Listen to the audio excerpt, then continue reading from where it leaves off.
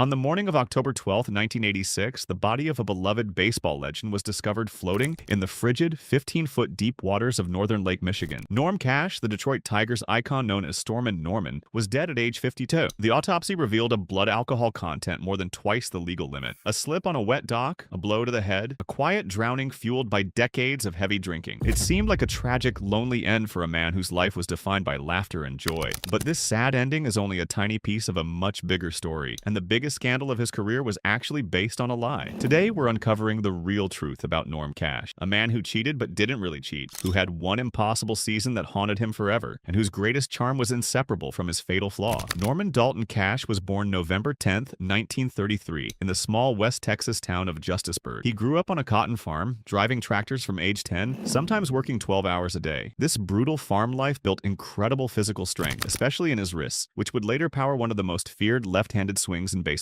The work was relentless, shaped by the demanding rhythms of agricultural life in rural Texas. His father owned 250 acres of fertile land, with 200 acres dedicated to cotton production. Young Norm learned the value of hard work and perseverance, qualities that would serve him throughout his baseball career. But baseball wasn't even his first sport. At Sul Ross State College, Norm was a star halfback. In 1954, he set a school rushing record with 255 yards. He was so good that the NFL's Chicago Bears drafted him in the 13th round. Before he ever became a baseball legend, Norm Cash was talented enough to go pro in football. But he chose baseball, signing with the Chicago White Sox in May 1955. His early career was nothing special. He was a utility player on the 1959 White Sox, hitting .240 with 4 home runs in 58 games. Then came the trade that changed everything. Cleveland traded Cash to Detroit for Steve Demeter, a career minor leaguer who would play only 15 games in the majors. It's one of the most lopsided trades in baseball history. When Norm arrived in Detroit for 1960, he showed promise, hitting .286 with 18 home runs. But nobody could have predicted what was about to happen in 1961. It's amazing how many great athletes master more than one sport. Who's the best multi-sport athlete you can think of? Let us know in the comments below, and while you're there, make sure to subscribe so you don't miss more stories like Norm's. The 1961 season is mostly remembered for Roger Maris breaking Babe Ruth's home run record. But in Detroit, Norm Cash was putting together one of the most statistically impossible seasons in baseball history. He won the American League batting title with a .361 average, a mark no Tiger would beat for 46 years. He crushed 41 home runs, drove in 132 runs, and scored 119 times. He drew 124 walks, leading to a 487 on-base percentage and 1.148 OPS, both best in all of Major League Baseball. His OPS plus of 201 meant he was more than twice as productive as a league average hitter. His 9.2 wins above replacement was more than double his career average. For one magical season, Norm Cash performed at a level equal to Mickey Mantle and Stan Musial. The sheer improbability of this performance is best illustrated by comparing it directly to the rest of his solid but not legendary career. Several factors contributed to this perfect storm. The 1961 expansion diluted the pitching talent pool across the league. Run scoring jumped significantly, and 6 different American League players hit 40 or more home runs that season, including Cash, Maris, Mantle, and Jim Gentile. Tiger Stadium's right field foul pole was just 325 feet away, and the overhanging second deck turned fly balls into home runs.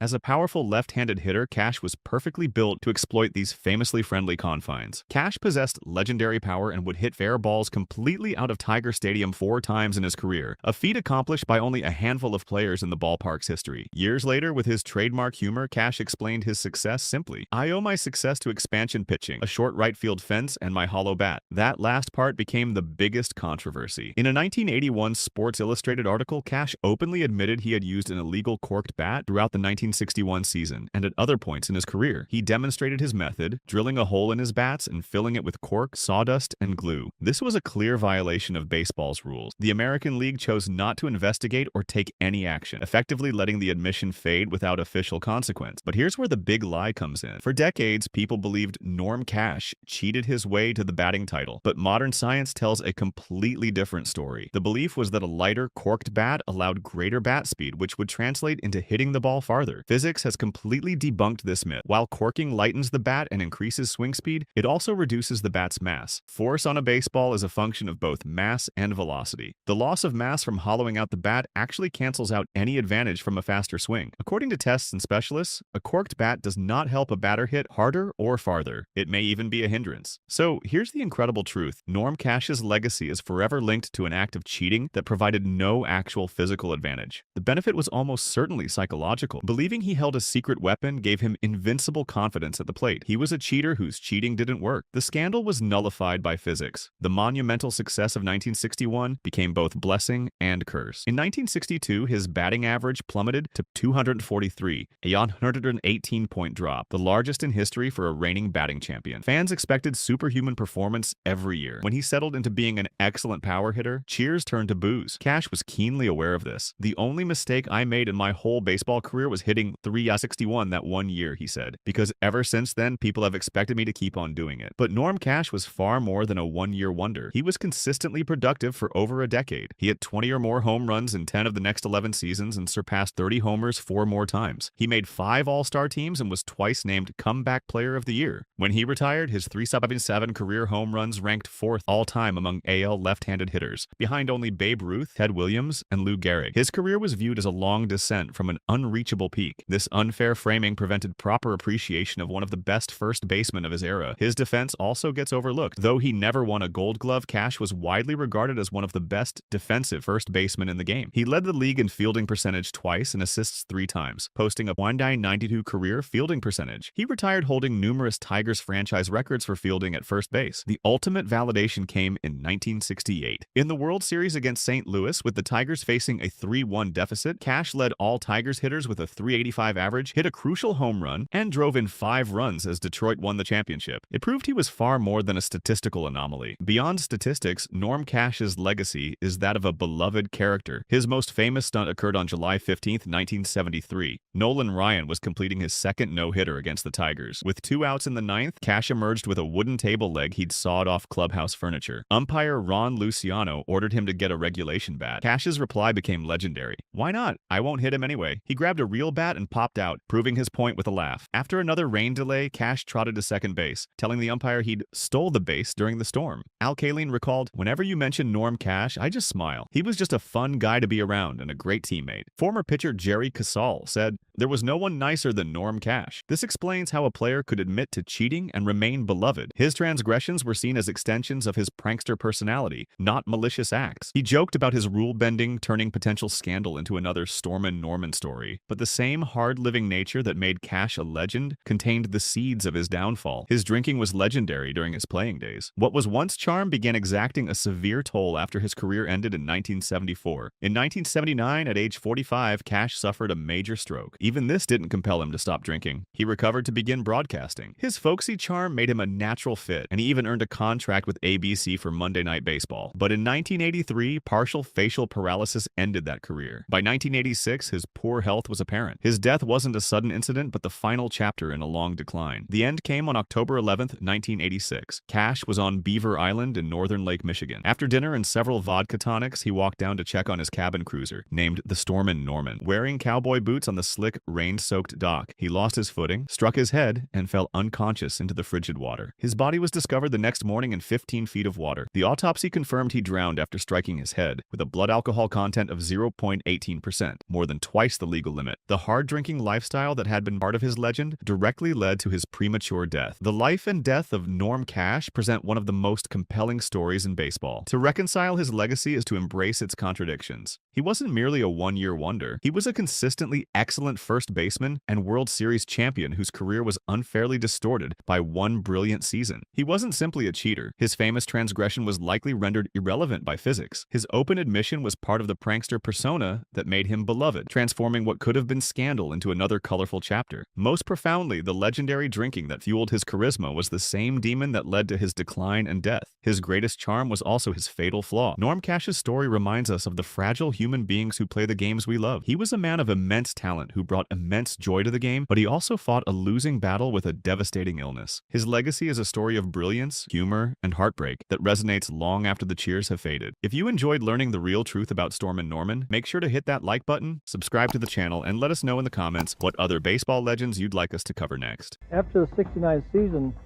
I think we We got into some contract disputes. Was eliminating the media and the writers. You know, some of the press was not too kind. Steve Carlton showed so much promise that baseball seemed easy for him. He won 4 Cy Young Awards, struck out over 4,000 batters, and looked unstoppable. But his story took a dark turn that nobody saw coming. His career had 2 major collapses. The first happened in 1970, when he was still young and building his reputation with the St. Louis Cardinals. That year, he posted a terrible 6-18 record. The problem was simple but deadly. He stopped throwing his slider, the pitch that made him special. Without it, batters figured him out fast. His mechanics fell apart and his confidence disappeared. Carlton was headed for 20 losses and possible failure. But he found an unusual way out. A fan sent him a letter about positive thinking and meditation. Carlton tried it and something clicked. He started visualizing success and clearing his mind before games. He finished the season with 4 straight wins and barely avoided becoming a 20-game loser.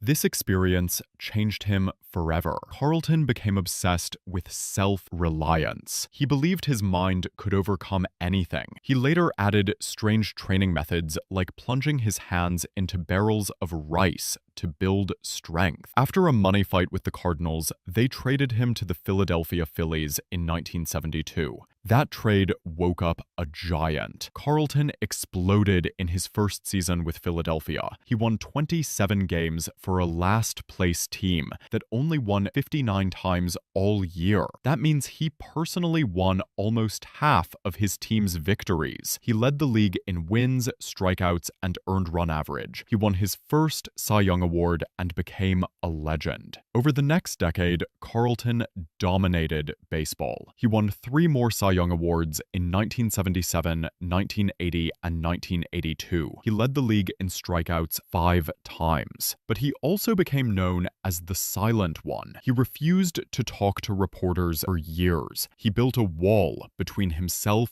and the outside world. This was not about being shy. Carlton was smart and well-read. His silence came from extreme focus. He poured all his energy into pitching and his unique training. But this same stubborn independence would later hurt him badly. The slider that made Carlton great also planted the seeds of his destruction. Back in 1969, when he first wanted to use the pitch regularly, his Cardinals pitching coach Billy Muffet warned him. Muffet said the slider puts more strain on your arm than a fastball or curve. He told Carlton to be careful. Carlton ignored the long-term risk because the pitch worked so well. It helped him strike out the famous Japanese slugger Sadaharu Oh during an exhibition tour. It gave him control over right-handed batters who were sitting on his fastball. The slider became his signature weapon. For nearly 2 decades, that pitch dominated hitters across the National League. But the human arm can only take so much stress. Every slider Carlton threw was grinding down the ligaments and muscles in his shoulder and elbow. By his late 30s, the damage was adding up. The same pitch that built his Hall of Fame career was now tearing it down. Carlton's training methods, as unique as they were, could not stop the natural breakdown of his arm. He had developed one of the most unusual workout routines in baseball. Besides the rice bucket exercises for grip strength, he practiced intense visualization techniques, borrowed from martial arts. He would imagine perfect pitches before throwing them. He studied Eastern philosophy and applied it to his craft. These methods worked when his body was young and resilient. They helped him maintain peak performance longer than most pitchers. But by 1985, no amount of mental preparation could overcome the physical reality. The cartilage was worn down. The tendons were stretched beyond their limit. The shoulder that had fired thousands of sliders was simply used up. If you're enjoying this breakdown of Carlton's rise and fall, Hit that subscribe button and drop a comment telling me which baseball legend I should cover next. By the mid-1980s, Carlton's body started breaking down. In 1985, he started the season 1-8 before arm problems put him on the injured list for the rest of the year. The warning signs were clear. His slider, the pitch his coach warned would strain his arm back in 1969, had taken its toll. In 1986, at age 41, Carlton started the season horribly. He went 4-8 with a 6.18 earned run average in 16 starts. The Phillies, The team he led for 15 years released him. They told him it was time to retire, but Carlton refused. He was only 18 strikeouts away from 4,000 for his career. That number became an obsession. If he could reach it, he would be only the second pitcher in history to do so after Nolan Ryan. So Carlton signed with the San Francisco Giants. He got those 18 strikeouts quickly and then did something strange. He announced his retirement, saying he had reached his goal and it was best for everyone. But it was all a trick. His agent was already working on a deal with the Chicago White Sox. 4 days after retiring, Carlton came out of retirement. He pitched for the White Sox and gave up 6 runs in 3 innings in his first start. Nothing had actually improved. The 1986 season showed Carlton bouncing between 3 different teams. After the Phillies released him, he joined the Giants to get his milestone. Then came the fake retirement and the move to Chicago. Overall that year, he went 9-14 with a combined whip of 1.60.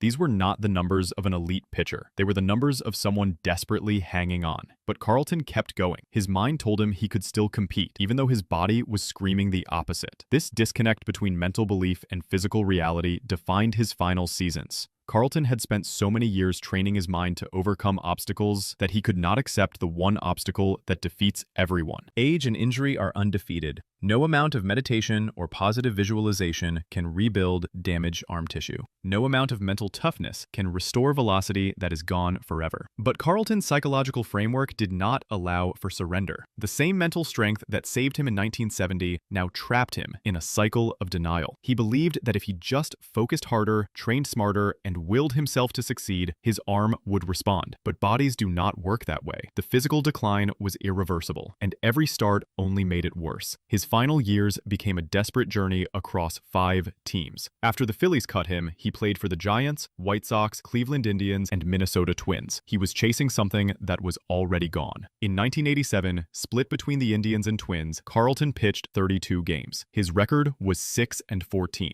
His whip, which measures walks and hits allowed per inning, rose to 1.65. That was 32% worse than his career average of 1.25. He was allowing over 1.5 base runners every inning. Teams kept giving him chances because of his name and his history, but every start made it more obvious that Steve Carlton, the dominant pitcher, was gone. What remained was a 42-year-old man with a broken arm trying to will himself back to greatness. The physical skills that once made him unstoppable had vanished. His fastball had no speed. His slider had no bite. Hitters who once feared him now teed off on his pitches. The end came quickly in 1988. Carlton made the Twins roster, but only pitched 4 games. His final numbers were catastrophic. He went 0-1 with a 16.76 earned run average. His whip exploded to 2.59, meaning he allowed nearly 3 base runners per inning. He had completely lost the ability to locate his pitches. On April 23, 1988, after giving up 8 runs in just 5 innings, the Twins released Carlton. No other team signed him. His 24-year career was over. There is one final story that captures Carlton's mysterious personality. In 1988, the Twins visited President Reagan at the White House. Carlton appeared in the team photo, but when newspapers printed the picture, they did not identify him as a player. They called him an unidentified Secret Service agent. Even at the end, Carlton remained invisible. The tragedy of Steve Carlton is that his greatest strength became his greatest weakness. His belief in self-reliance helped him overcome the 1970 collapse. Meditation and mental training turned him into a Hall of Fame pitcher. But that same stubborn belief made him ignore reality when his body broke down. The Phillies tried to give him a dignified exit. Instead, Carlton chose to chase a milestone across 5 teams in 2.5 years. His final stats were ugly. A 16.76 earned run average and a whip of 2.59 are numbers that belong to a minor leaguer, not a legend. Watching one of the greatest pitchers ever reduced to a journeyman posting terrible numbers was heartbreaking, but it was also honest. It showed the fierce, uncompromising, competitive will that defined Carlton from start to finish. He never quit, even when he should have. Carlton was inducted into the Baseball Hall of Fame in 1994. His 329 wins rank among the best in history. He will always be remembered for his dominance, but his final years remind us that even the strongest will must eventually surrender to time. Before you go, make sure to like this video and comment below with your thoughts on how athletes should know when to retire. Should teams force legends out, or should players have the final say? Let me know what you think. And he doesn't have all that much experience. Eric King pitches a lot to me like Saberhagen he pitches like a 30-year-old, and I really like his tenacity. He goes out after the hitters, and he has the guts of a burglar, and that's what you have to win. Jim Northrup died a tragic death in 2011 at age 71. He battled Alzheimer's disease and rheumatoid arthritis before a seizure ended his life. But the real tragedy wasn't just the illness. It was watching the very things that made him special slowly disappear: his sharp wit, his ability to think quickly, his brilliant mind. All of it faded away. This was the man they called the Silver Fox, the hero who saved the 1968 World Series for Detroit. His life was about more than clutch hits, though. It was about standing up for what's right, even when it cost him everything. Jim Northrup was born James Thomas Northrup in Breckenridge, Michigan. People gave him two nicknames that told you everything about who he was. First, they called him the Gray Fox because his hair turned gray way too early. But the second nickname mattered more. They called him Sweet Lips because he loved to talk and always spoke his mind. He never held back his opinions, and that honesty would define his entire career. Jim took a different path than most baseball players. He was a multi-sport star at Alma College, playing both baseball and football.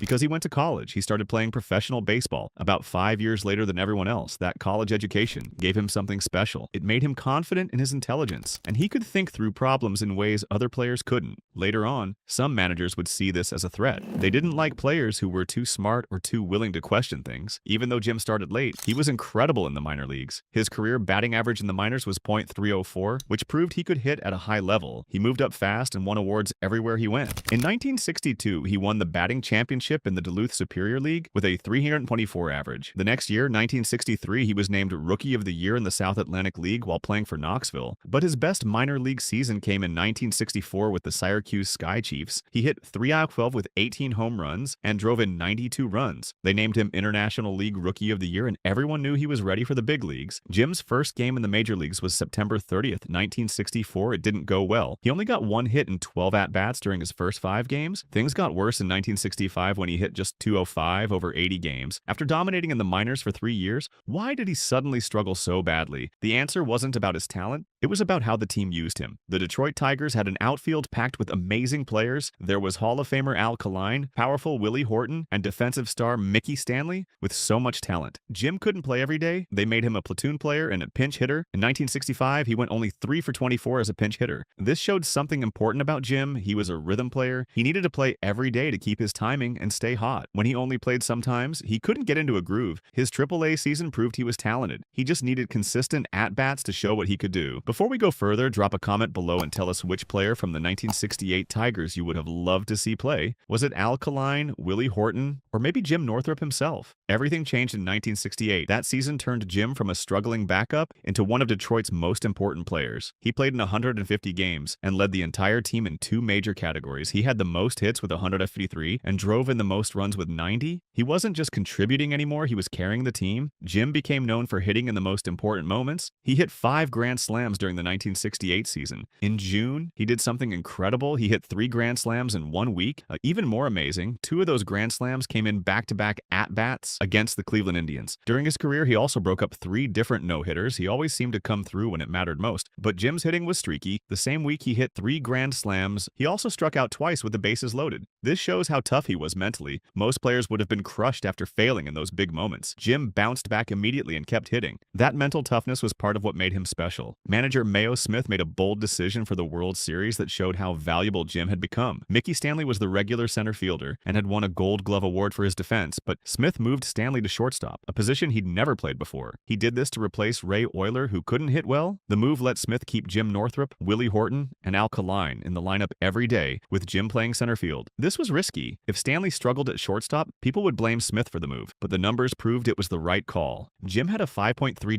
WR that season, which was almost as good as Willie Horton's 5.2 WAR. His bat was too powerful to keep out of the lineup. Stanley only made 2 errors and 34 chances at shortstop, so the defense held up, but it was Jim's hitting that made the whole strategy work. The World Series against the St. Louis Cardinals was where Jim became a Detroit legend. In Game 6, with the Tigers facing elimination, he hit a grand slam off pitcher Larry Jaster. They won that game 13-1, tying the series and forcing a Game 7. Game 7 was the defining moment of Jim's entire career. The Tigers faced Bob Gibson, one of the greatest pitchers who ever lived. Gibson seemed impossible to beat. The score was tied going into the 7th inning. Jim came up with 2 outs and runners on base. He delivered a 2-run triple that scored Norm Cash and Willie Horton. Those runs gave Detroit a lead they never gave up. The Tigers won 4-1 and captured their first championship in 23 years, but there was controversy around that triple. St. Louis center fielder Curt Flood appeared to misjudge the ball. Many people outside Detroit said the hit only happened because Flood made an error. They acted like it wasn't really a great hit, just a mistake by the defense. This bothered Jim for the rest of his life. Decades later, he was still upset about how people remembered that moment. He felt like saying Flood messed up took away from what Jim had actually done. He needed people to understand the truth. It wasn't about a defensive mistake. It was about him delivering in the biggest moment possible. In 1998, Jim was still angry about it. When someone brought up the play, he got physically intense and said something he really meant. He said there was no way Flood could have caught that ball. He hit it 20 feet over Flood's head. He was disappointed that outside Detroit, people called it the Curt Flood play instead of the Jim Northrup hit. This need to defend his accomplishment showed something important about his character. He cared more about the truth than about accepting an easier story that made him look less skilled. This same honesty would cause problems later in his career. After 1968, Jim's time with the Tigers became difficult because of manager Billy Martin, who took over in the early 1970s. Jim hated how Martin managed the team. He thought he should play every day, but Martin benched him against certain left-handed pitchers. Jim also couldn't stand how Martin would blame players for losses and take credit for wins. One time, Jim's anger exploded. He told Martin that if he didn't want to manage the team, he should get out. That was a direct challenge to the manager's authority, and it made their relationship even worse. Jim's criticism went beyond just disagreeing with baseball decisions. He attacked Martin's character. He said publicly that he had no respect for Martin. He called him dishonest and a user. He said Martin was a huckster who manipulated the press and fans. He went even further, calling Martin paranoid and schizophrenic. Then he said something that connected back to his own background. He said Martin was threatened by anyone who was a college graduate. This showed the real source of their conflict. Jim's college education gave him intellectual confidence. Martin saw that confidence as a threat to his authority. After the first year, Martin would blame players for every defeat. The players lost all respect for him. In 1972, the team decided to win in spite of their manager. Not because of him. The worst moment came after a tough loss. Martin stormed into the locker room and challenged any player who wanted to fight him to come into his office. Willie Horton urged Jim to take the challenge, but Jim showed how smart he really was. He refused to fight Martin. He said he wasn't going to give Martin the satisfaction of seeing management trade him away. He knew he would pound Martin and then be gone from the team. This decision proved Jim could control his emotions when it mattered. He wanted to fight Martin, but he knew the consequences. If he did it, he would lose his career. Martin was impulsive and emotional. Jim was calculating and smart. By refusing to fight, he proved everything he'd said about Martin was true. He also showed he could think strategically even when he was angry. The tension between them represented something bigger than just two men who didn't like each other. It was about authority versus independence. It was about managers who demanded blind loyalty versus players who thought for themselves. Jim represented a new kind of ball player, one who wouldn't just follow orders without question, one who valued truth and integrity over keeping his head down and collecting a paycheck. This made him dangerous to people like Martin who needed complete control. The conflict showed that baseball was changing. Players were becoming more educated, more willing to stand up for themselves, more willing to call out hypocrisy when they saw it. Jim was ahead of his time in many ways, and that made his career harder than it should have been. The relationship between players and managers in that era was built on a military-style hierarchy. Managers expected complete obedience and rarely tolerated questions or criticism. Players were supposed to accept whatever decisions were made without complaint. This system worked when players had limited education and few options, but as more players attended college and understood their value, the old system began to break down. Jim was part of that transition. He represented a future where players had more power and autonomy, where they could speak up about unfair treatment without fear of immediate retaliation. But that future hadn't fully arrived yet, so Jim paid a price for being ahead of his time. His conflicts with Martin weren't just personality clashes, they were battles over how baseball should be structured, who should have power, and whether players had the right to question authority. Jim had strong opinions about everything in baseball, not just managers. When people talked about steroids and performance-enhancing drugs, he gave an honest answer that most people wouldn't say out loud. He admitted steroids were illegal, but he said owners chose to look the other way. Why? Because home runs are good for the game and good for making money. Baseball didn't want to catch the users. Jim said it was always about money. The owners didn't care about the integrity of the game or the players' health. It had always been about money and always would be. Then he said something even more shocking. He admitted he probably would have taken steroids himself to earn more money and increase his salary, but he added an important condition. He would have required blood tests to check for health dangers. This wasn't about cheating in Jim's mind. It was a calculated financial transaction. He saw the system as corrupt, driven by profit. If he played within that corrupt system to make money, that was just being realistic. But he did criticize modern players who lied about using steroids. He said Barry Bonds was no Willie Mays and never would be. The lying was the problem, not the decision to use the drugs. His views on steroids revealed something important about his philosophy. Jim believed in honesty above all else. He didn't judge people for making choices that benefited them financially, especially in a system that was already corrupt. But he couldn't stand dishonesty and pretending. If you were going to use steroids, own it. Don't lie to fans and pretend you achieved everything naturally. That hypocrisy bothered him more than the actual drug use. Jim also had ideas about how to change baseball. He claimed he suggested interleague play back in the 1960s. Commissioner William Harridge dismissed the idea, saying interleague play already existed in spring training. This showed Jim was thinking ahead about the business side of baseball, not just playing. In other ways, Jim was very traditional. He hated pitch counts and would scold teammates for being friendly with players on the other team. That was old school thinking, but he was fine with the designated hitter, which showed he could accept some changes. After Jim retired in 1975, following short stints with the Montreal Expos and Baltimore Orioles, he stayed involved with baseball. He played professional softball for a couple of years with former Tigers teammate Norm Cash. He also started a business called Jim Northrup and Associates in Southfield, Michigan. From 1985 to 1994, Jim worked as a color analyst for Tigers television broadcast on the Pass Sports cable network. He often worked with Al Kaline, and fans loved listening to him. But his broadcasting career ended suddenly. New ownership took over and fired him. The reason they gave was incredibly revealing. They were afraid Jim would be too critical of the new regime. This was exactly like his conflict with Billy Martin. Once again, people in power saw Jim's honesty and analytical thinking as a threat. They wanted someone who would say what they wanted to hear, not someone who would tell the truth. Jim was an old schooler who had strong opinions and loved to talk. Those qualities made him great on television, but they also made management nervous. They wanted control, and they knew Jim would never give them that. The broadcasting industry was changing. Networks wanted announcers who would promote the team and keep fans happy. They didn't want critical voices who might point out problems or question decisions. Jim's firing represented a larger shift in sports media, away from honest analysis and toward corporate messaging. It was another example of how his integrity cost him professionally, but it also proved he never compromised who he was, even when staying quiet would have been easier and more profitable. In 2000, Jim was inducted into the Michigan Sports Hall of Fame. That recognition honored everything he'd accomplished on the field, but later in life, he faced his toughest battle. He developed rheumatoid arthritis, which was painful. Then he was diagnosed with Alzheimer's disease. The Alzheimer's diagnosis was particularly cruel for Jim.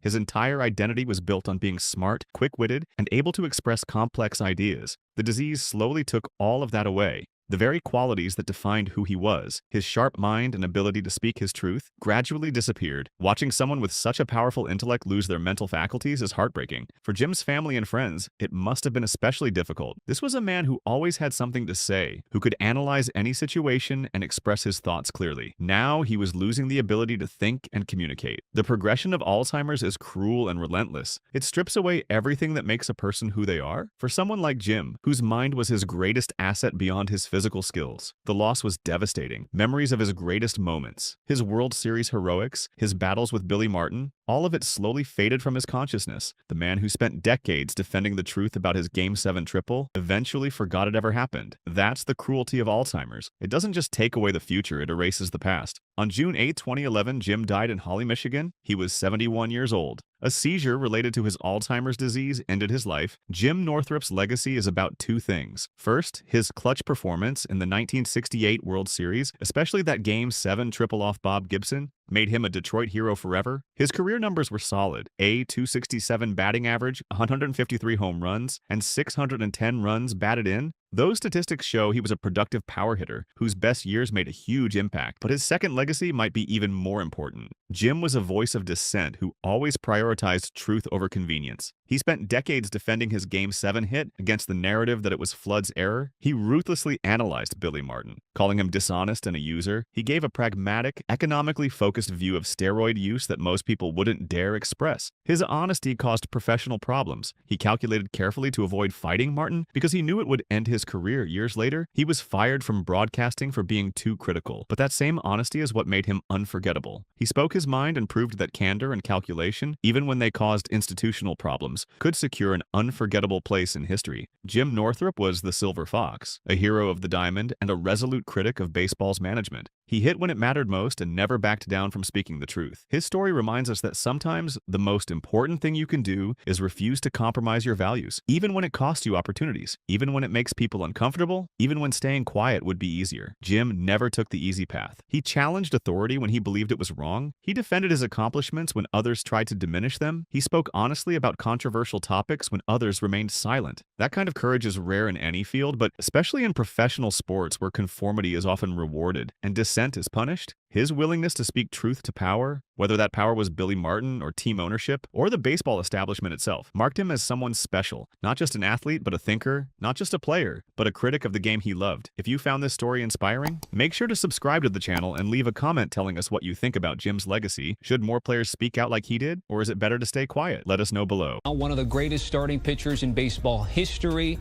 died on Monday. Tom Seaver passed peacefully in his sleep of complications of Lewy body dementia and COVID-19, according to the Baseball Hall of Fame. He was the franchise. He was one of a kind. You know, he's a Hall of Famer's Hall of Famer. Tom Seaver's life was a story where MLB destroyed him. On August 31st, 2020, baseball lost one of its greatest legends when George Thomas Seaver passed away at the age of 75. The official cause was complications from Lewy body dementia and COVID-19, but his death was just the final chapter in a life that was defined by towering achievement and profound institutional betrayal. This was a man who gave everything to his team, only to have his loyalty thrown back in his face. His wife, Nancy Seaver, put it best when she said, "With him, it was a matter of loyalty, and his loyalty was thrown into his face." Tom Seaver, known as Tom Terrific and the franchise, was the heart and soul of the New York Mets. But before we talk about how he became a legend, we need to talk about how the organization that he built turned its back on him in the cruelest way possible. The story of Tom Seaver's betrayal begins in the mid-1970s. Baseball was changing. The reserve clause had ended and a new era of free agency was born. Player salaries were exploding across the league. In 1974, Catfish Hunter signed a massive deal with the Yankees worth $3.75 million. The financial power of players was growing, and the old guard in baseball management hated it. Tom Seaver was the undisputed ace of the Mets. He had earned 3 Cy Young Awards and was one of the best pitchers in the entire game. By 1977, he was seeking a 3-year contract worth $800,000. This was not some outrageous demand. The highest salary in MLB that year was $560,000, earned by Mike Schmidt. Nolan Ryan, Seaver's contemporary, was also earning $560,000 and would soon become baseball's first $1 million a year player in 1980. Seaver was simply asking for what he was worth. He was staking his claim as the league's top star, and his performance on the mound justified every dollar. But Mets chairman M. Donald Grant refused to negotiate in good faith. Grant was a buttoned-down, authoritarian Wall Street stockbroker who fiercely resisted the new economic order. He had tight-fisted fiscal policies that drew criticism from everyone. The conflict between Grant and Seaver quickly became less about money and more about power and control. Grant viewed the new era of player empowerment as a threat to the established hierarchy. He believed players should accept wages comparable to the average American worker. Seaver later recalled 2 statements from Grant that showed what he called the chairman's total plantation mentality. During labor negotiations, Grant confronted Seaver and asked, "What are you, some sort of communist?" He also questioned Seaver's social aspirations, asking, "Who do you think you are, joining the Greenwich Country Club?" These statements were not about business. They were about keeping a player in his place. Grant viewed Seaver's attempt to achieve market value not as a simple business transaction, but as an act of moral failure. The professional disagreement was fundamentally philosophical. It was a traditional management model fighting against player autonomy. The trade that would eventually happen was not because the Mets could not afford Seaver. It was a punitive act. Grant chose to dismantle the franchise cornerstone rather than concede that the player deserved economic mobility. Seaver was being thwarted by spiteful ideology. The frustration that Seaver felt during this period cannot be overstated. He had been with the Mets since the beginning of his professional career. He had carried the franchise on his back. He had transformed them from a laughingstock into World Series champions in 1969. That championship team, the Miracle Mets, was built around his arm and his leadership. He was not just another player looking for a payday. He was the face of the franchise. He was the reason fans came to Shea Stadium. He was the reason the Mets were relevant. And yet he was being treated like he was asking for something he did not deserve. The disrespect was palpable. Grant's refusal to acknowledge Seaver's value was not just bad business. It was a personal insult. It was a message that no matter how much Seaver had accomplished, no matter how much he had given to the organization, he would never be seen as anything more than a worker who should be grateful for whatever crumbs names the owners decided to throw his way. This corporate hubris and media manipulation forced the greatest pitcher in their history out of town. What's your take? Should a player's career be ended because management allows an attack on his family? Let us know in the comments below, and if you want more stories of professional sports betrayal, be sure to subscribe. While Grant's financial obstinance created the professional stalemate, the ultimate catalyst that forced Seaver out of New York was a newspaper columnist named Dick Young. Young wrote for the New York Daily News and consistently positioned himself as an advocate for management against the perceived greed of players. He frequently attacked Seaver in his articles, but here is where things get really troubling. Young's son-in-law Thornton Geary was employed by the Mets organization. Grant himself had hired him. This direct connection suggests that Young was acting as a public relations attack dog for the front office. He was possibly receiving insider information to craft his caustic columns. Young painted Seaver as greedy and deceptive. He argued that Seaver was merely masking his desire for hard cash with talk of team competitiveness. The relationship between Young and the Mets front office was deeply unethical. Here was a journalist who was supposed to be reporting objectively on the team, but he had a direct financial connection to the organization through his son-in-law's employment. This was a massive conflict of interest. Young was essentially being used as a propaganda tool by Grant. His job was not to inform the public. His job was to shape public opinion against Seaver. He was there to make Seaver look bad so that when the trade eventually happened, the fans would blame Seaver instead of blaming the front office. It was a calculated strategy. It was media manipulation at its worst, and it worked. Many fans, influenced by Young's relentless attacks, began to see Seaver as the problem. They began to believe that he was being selfish. They began to think that maybe he was asking for too much. This was exactly what Grant wanted. He wanted the narrative to be about Seaver's greed, not about his own refusal to pay a fair market value. But the breaking point occurred when Young transformed the professional discord into an irreparable personal betrayal. In a particularly nasty and unsubstantiated story, Young claimed that Seaver's wife Nancy was the driving force behind the demands for a higher salary. Young wrote that Nancy was envious of her friend, Ruth Ryan, whose husband Nolan Ryan was earning more money. This was a lie. It was a cruel personal attack designed to humiliate Seaver and his family. Seaver was reportedly furious and incensed that Young had dragged his wife into it. This was the final blow. This was the straw that broke the camel's back. The attack on his family's integrity was intolerable. Seaver immediately confronted the front office and demanded a trade. He stated definitively that he was done with the Mets. The trade that followed was a forced exit. It was predicated on profound personal betrayal rather than simple contractual necessity. This sequence of events demonstrates the power of media manipulation to dictate the fate of a superstar. Seaver was willing to fight for his contract, but he would not endure an environment where management permitted, or perhaps orchestrated, a public smear campaign against his personal life. The decision to drag Nancy Seaver into the dispute was particularly vile. Nancy had nothing to do with the contract negotiations. She was not demanding anything. She was simply supporting her husband in his efforts to get paid what he was worth. But Young saw an opportunity to inflict maximum damage. He knew that by attacking Nancy, he would hit Seaver where it hurt most. He knew that Seaver would not tolerate his wife being slandered in the press. And he was right. The attack on Nancy was the one thing that Seaver could not forgive. It was the one thing that made reconciliation impossible. Young had crossed a line that could never be uncrossed. And in doing so, he had ensured that Tom Seaver would never wear a Mets uniform again, at least not for a very long time. In the final hours of June 15, 1977, the trade was executed. It was dubbed the Midnight Massacre. Tom Seaver, who at 32 was 7-3 with a 3.00 ERA and widely considered the best pitcher in the game, was sent to the Cincinnati Reds. In return, the Mets received Pat Zachary, Doug Flynn, Steve Henderson, and Dan Norman. These were four players collectively described in the New York Times as being of far less magnitude. To compound the disaster, slugger Dave Kingman, who was also involved in a contract dispute, was traded to the San Diego Padres that same night. The public reaction in New York was immediate and overwhelming. The New York Daily News dedicated its entire front page to the story. The headline screamed, "Mets deal stars, Seaver to Reds, Kingman to SD." The Mets switchboard was flooded with telephone calls, mostly of protest, many of them very abusive. It was described as the strongest display of anger ever recorded there. The day after the trade, Mets fans were in a state of shock and disbelief. How could the organization trade away the greatest player in franchise history? How could they let Tom Seaver go? The answer was simple.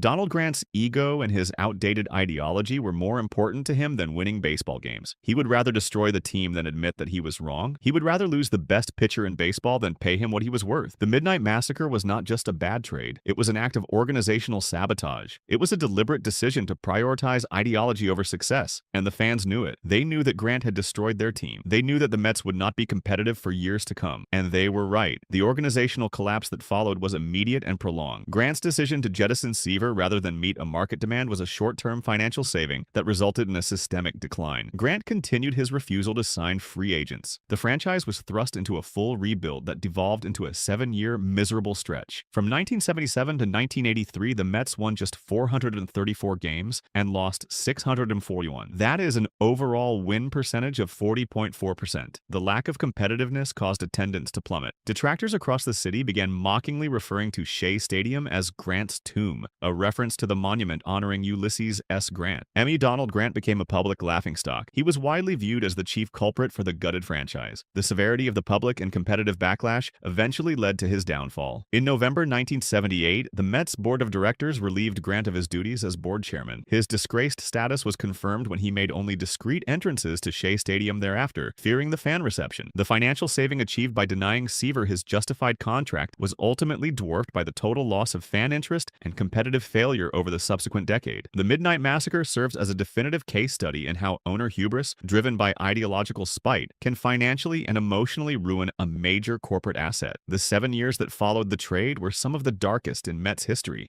The team was terrible, the fans stopped coming to games, the organization became a joke, and all of it could have been avoided if Emma Donald Grant had simply paid Tom Seaver what he was worth. Instead, Grant chose pride over pragmatism. He chose ideology over success, and he paid the price. His removal from the chairmanship in 1978 was a humiliating end to his tenure. He had taken a championship-caliber team and turned it into a laughingstock. He had taken the best pitcher in baseball and traded him for a handful of mediocre players, and he had destroyed the trust and goodwill of an entire fan base. Grant's legacy is one of failure and stubbornness. He is remembered not for any success he brought to the Mets, but for the damage he inflicted on the franchise. The name Grant's tomb was a fitting epitaph for his tenure. It was a reminder that his decisions had killed the team. The players who came to the Mets in exchange for Seaver never lived up to expectations. Pat Zachary, Doug Flynn, Steve Henderson, and Dan Norman were serviceable players, but none of them came close to matching Seaver's impact. The trade was lopsided from the start. The Mets gave up a Hall of Fame pitcher in his prime and received 4 players who would be forgotten footnotes in baseball history. It was a disaster of epic proportions. And every time one of those players stepped onto the field at Shea Stadium, it was a reminder to the fans of what they had lost. The trade haunted the organization for years. It became the defining moment of a terrible era, and it all happened because of one man's stubbornness and spite. Despite the bitterness of his departure, Seaver demonstrated remarkable professional resilience. His tenure with the Cincinnati Reds proved that his excellence was not dependent on the Mets organization. It was a successful second act in his Hall of Fame career. Over 6 seasons with the Reds, Seaver won 75 games. He led the National League in wins in 1981, securing his continuing status as an elite pitcher. He did experience a brief redemptive return to the Mets in 1983. However, even this momentary reconciliation ended in another organizational blunder. This reinforced the perception that the Mets management was incapable of properly managing the franchise. Following the 1983 season, the Mets failed to protect Seaver on their roster's unprotected list for the free agent compensation. This was an act of sloppy management that allowed the Chicago White Sox to pluck him away. The loss was particularly acute because the subsequent vacant spot in the starting rotation allowed a young rookie named Dwight Gooden to make the team coming out of spring training in 1984. Seaver finished his career with the White Sox and Boston Red Sox. He achieved his 300th victory and retired with an unparalleled career mark of 311 wins, a 2.86 ERA, and 3,640 strikeouts. The 1983 return to the Mets was supposed to be a feel-good story. Seaver was back in New York. He was back where he belonged. The fans were thrilled. For a brief moment, it seemed like the wrongs of the past could be forgiven, but the Mets front office managed to mess it up again. Their failure to protect Seaver on the roster was not a malicious act like the 1977 trade. It was simply incompetence. It was organizational sloppiness, but the result was the same. Seaver was gone. Once again, the Mets had lost their greatest player because the front office could not get its act together. The pattern was clear. Whether it was ideological spite or simple incompetence, the Mets organization could not hold on to Tom Seaver. They did not deserve him. They had never deserved. The fact that Seaver was traded once due to ideological spite and lost a second time due to organizational negligence suggests that the initial betrayal was symptomatic of a deep-seated pathology within the franchise. It proved that the Mets organization rarely did right by the franchise. This lack of respect continued into his retirement. Years after his Hall of Fame election, Nancy Seaver publicly expressed being embarrassed for the Mets due to their perceived failure to properly honor her husband. Following his playing career, Seaver transitioned into broadcasting. He worked as a television color commentator for both the Mets and Yankees. This public role allowed him to maintain a connection to the game he loved. It bridged his legendary status with continuous fan engagement, even while physically distanced from the New York chaos. Even in retirement, the disrespect continued. The Mets never fully honored Seaver the way they should have. They never fully acknowledged the debt they owed him. Nancy Seaver's public statement about being embarrassed for the Mets was a damning indictment of the organization. Here was the wife of the greatest player in franchise history saying that the team had failed to properly properly honor her husband. That is a stain on the organization that can never be fully washed away. Seaver deserved better. He deserved to be treated like the legend he was, but the Mets, true to form, could not even get that right. Seaver's broadcasting career allowed him to stay connected to baseball in a meaningful way. He provided analysis and commentary for games. He shared his knowledge and experience with a new generation of fans. He remained a respected voice in the sport. But even this phase of his life was tinged with the bitterness of what had happened to him as a player. Every time he stepped into a broadcast booth, every time he talked about the game, there must have been a part of him that remembered the betrayal. There must have been a part of him that wondered what his career could have been if the Mets had simply treated him with the respect he deserved. The what-ifs must have haunted him. What if Grant had paid him? What if Young had not attacked his wife? What if the Mets had protected him in 1983? These questions could never be answered. The past could not be changed. And so Seaver carried on, broadcasting games and trying to find peace with the way his career had unfolded. The contrast between what Seaver accomplished and how he was treated is one of the most frustrating aspects of his story. Here was a man who transformed an expansion team into champions. He was the centerpiece of the Miracle Mets. He gave New York one of its greatest sports moments. And yet, when it came time to compensate him fairly, the organization balked. When it came time to show him loyalty, they showed him the door instead. The betrayal was complete and total, and it left scars that never fully healed. Even decades later, even after he had achieved every honor the game could bestow, the memory of how the Mets treated him lingered. It was a wound that never closed. But the ultimate tragedy of Tom Seaver's life was the slow, inexorable decline of his once dominant mind and body due to complex neurological conditions. And this personal battle began long before his death. It stemmed from a severe, persistent environmental disease. Seaver's medical history included an initial diagnosis of Lyme disease in 1991. He contracted it while working in his garden in Connecticut. The tick-borne illness reoccurred around 2012. This marked the beginning of clear and distressing neurological involvement. The recurrence caused a variety of debilitating symptoms. These included the onset of Bell's palsy and significant memory loss. By 2013, reports indicated that Seaver was suffering from severe memory impairment. He had difficulty recognizing long-term acquaintances. He experienced a sleep disorder, nausea, and a general overall feeling of chemical imbalance. Former teammates, such as Bud Harrelson, noted that he would forget things that happened just a few minutes before. This decade of cognitive decline culminated in the formal diagnosis of Lewy body dementia in 2019. Lewy body dementia is the second most common form of dementia. The decline of Tom Seaver's health was heartbreaking to witness. Here was a man who had been one of the greatest athletes of his generation. He had been sharp, intelligent, and fiercely competitive, and now his mind was failing him. The memory loss was particularly cruel. Seaver could not remember conversations he had just had. He could not recognize people he had known for decades. The disease was robbing him of his identity. It was stealing his memories. It was taking away everything that made him who he was. For someone who had spent his entire life in control, who had mastered his craft to a degree that few ever have, the loss of control over his own mind must have been unbearable. The frustration and sadness that Seaver and his family must have felt during this period is unimaginable. The symptoms of Lewy body dementia are devastating. The memory loss is just one part of it. The disease also causes visual hallucinations, motor problems, and severe cognitive impairment. Patients often experience fluctuations in their mental state where they can be alert and coherent one moment and confused and disoriented the next. This unpredictability makes the disease especially difficult for families to manage. For Nancy Seaver, watching her husband slowly fade away must have been agonizing. She had stood by him through the betrayals and the disappointments of his playing career. She had supported him through everything, and now she had to watch as the disease took him from her piece by piece. The Seaver family's decision to publicly announce his diagnosis in 2019 was an act of courage. They wanted people to understand what was happening. They wanted to raise awareness about dementia and the challenges it presents, and they wanted to give Tom the privacy and dignity he deserved in his final years. The connection between Seaver's history of Lyme disease and his subsequent development of Lewy body dementia introduces a crucial element of medical complexity to his final years. Emerging medical research suggests a possible correlation between persistent chronic Lyme infection and the onset of severe neurological diseases like Lewy body dementia. A case study involving a patient who experienced years of neurocognitive impairment following Lyme diagnosis and treatment found evidence of persistent Lyme bacteria in the brain tissue of the patient, who ultimately succumbed to Lewy body dementia. Researchers are actively investigating the role that persistent Lyme bacteria may play in facilitating the progression of dementia. This perspective frames Seaver's death not merely as a consequence of advanced age, but as a drawn-out, medically complex tragedy initiated by a chronic, often misunderstood environmental illness. The fact that Lyme disease may have contributed to Seaver's dementia adds another layer of tragedy to his story. Lyme disease is often dismissed as a minor illness, but in Seaver's case, it may have been the beginning of the end. The reoccurrence of the disease in 2012 marked the start of his neurological decline, and over the next 8 years, his condition only got worse. The emerging research into the connection between Lyme disease and dementia is still in its early stages, but the evidence is mounting that chronic Lyme infection can have devastating long-term effects on the brain. Seaver may have been a victim of this connection. His death may have been the result of an environmental illness that was never fully understood or treated. It is a sobering reminder that even the greatest among us are vulnerable to forces beyond our control. The frustration of his final years was the inability to combat the irreversible decline of his cognitive function. This forced him into isolation. He retired from public life. The family formally announced his diagnosis with dementia in March 2019. He immediately retired from public life. This retirement meant the legendary pitcher was unable to join his former teammates in New York to celebrate the 50th anniversary of the 1969 Miracle Mets World Series championship. This was a team he defined. His quiet dignity in his final years was spent away from the professional chaos. He cultivated Seaver vineyards with his family in Calistoga, California. This stands in sharp contrast to the furious and toxic environment that forced his 1977 departure. His peaceful passing on August 31, 2020, from complications of Lewy body dementia and the COVID-19 virus, sadly confirms that his final days were characterized by the acute vulnerability associated with terminal neurological disease during a global pandemic. The fact that Seaver could not attend the 50th anniversary celebration of the 1969 Miracle Mets was another cruel twist of fate. That championship was the defining moment of his career. It was the moment when he became a legend, and he could not be there to celebrate it. He could not share in the joy and the memories with his former teammates. He was isolated in California, battling a disease that was slowly taking everything from him. The contrast between the Seaver of 1969 and the Seaver of 2019 is stark. In 1969, he was young, strong, and at the peak of his powers. In 2019, he was old, sick, and fading away. The passage of time had been cruel to him, and the disease had robbed him of the chance to fully enjoy his legacy. The final indignity came in 2020 when Seaver contracted COVID-19. Already weakened by Lewy body dementia, his body could not fight off the virus. The combination of chronic neurological disease and acute viral infection was too much. On August 31, 2020, Tom Seaver died peacefully in his sleep. He was 75 years old. The news of his death sent shockwaves through the baseball world. Tributes poured in from all over. Players, coaches, and fans all mourned the loss of one of the greatest pitchers in history. But the sadness was tinged with frustration. Seaver had deserved better. He had deserved a long, happy retirement. He had deserved to be honored and celebrated. Instead, his final years were marked by illness, isolation, and decline. It was a tragic end to a tragic story. But despite all of this tragedy, all of this frustration, and all of this betrayal, Tom Seaver's legacy is defined by his resilience, his excellence, and his unbreakable connection to the Mets fans who adored him. He finished his career with statistics that place him among the greatest pitchers in history. This was confirmed by his near-unanimous Hall of Fame election in 1992. He received 98.8% of the vote. This was the highest percentage ever recorded at the time. The life of Tom Seaver encapsulates a powerful narrative of American sports tragedy. Towering individual achievement was constantly undermined by institutional failure and personal illness. The frustration he experienced in 1977, driven by the ideological malice of MS Donald Grant and the unethical journalism of Dick Young, not only forced him from the team he defined, but directly caused a decade of organizational ruin. The era was characterized by the ignominious label Grant's Tomb. His story serves as a profound cautionary tale. It is a reminder that corporate hubris and media manipulation can inflict deep, lasting wounds. But true greatness transcends the petty conflicts created by those who oppose progress. Seaver remains and always will be the heart and soul of the Mets. The Hall of Fame vote in 1992 was a testament to Seaver's greatness. 98.8% of voters selected him on their ballot. This was the highest percentage ever recorded at that time. It was a near-unanimous recognition of his place among the all-time greats. The voters understood what the Mets front office never did. They understood that Tom Seaver was special. They understood that he was a once-in-a-generation talent. They understood that he deserved to be celebrated and honored. The Hall of Fame induction was a validation of everything Seaver had accomplished. It was proof that his legacy would endure long after the petty conflicts and betrayals of his playing days had been forgotten. Tom Seaver's story is one of triumph and tragedy. He achieved greatness on the baseball field. He won championships, he won awards, he became a legend, but he was also betrayed by the organization he loved. He was attacked by the media. He was denied the respect and compensation he deserved. And in the end, he was struck down by a terrible disease that robbed him of his memories and his dignity. It is a story that should make us angry. It should make us frustrated. It should make us demand better from the institutions that control professional sports. Players like Tom Seaver give everything to their teams. They sacrifice their bodies, they dedicate their lives to the game, and they deserve to be treated with respect and fairness. When they are not, when they are betrayed and discarded, it is a stain on the entire sport. His vineyard in Calistoga became his sanctuary in those final years. Away from the noise and chaos of New York, Seaver found peace among the grapevines. He worked the land with his hands, much like he had done in that Connecticut garden where he first contracted Lyme disease. The vineyard represented a new chapter, a quiet escape from the betrayals and frustrations that had marked his baseball career. It was a place where he could be himself, where he did not have to be Tom Terrific or the franchise. He could just be Tom Seaver, a man who loved working with his hands and watching things grow. But even this peaceful sanctuary could not protect him from the ravages of disease that were slowly consuming his mind. The irony is painful to consider. Seaver escaped New York to find peace in California. He built a life cultivating grapes and making wine. He created something beautiful and lasting with his own hands. And yet, the disease that would eventually kill him started in a garden. It started with a tick bite while he was doing the very thing that brought him joy, working with the land, creating something from nothing. The same drive that made him a great pitcher, the same work ethic and attention to detail led him to gardening. And that garden, that peaceful place where he found solace, became the source of his ultimate downfall. It is a cruel twist that adds yet another layer of tragedy to an already heartbreaking story. That is the story of Tom Seaver, a man who gave everything to his team only to have his loyalty thrown back in his face. Let us know what you think about the franchise and hit the like button if you want more stories that showcase the tragic side of sports greatness.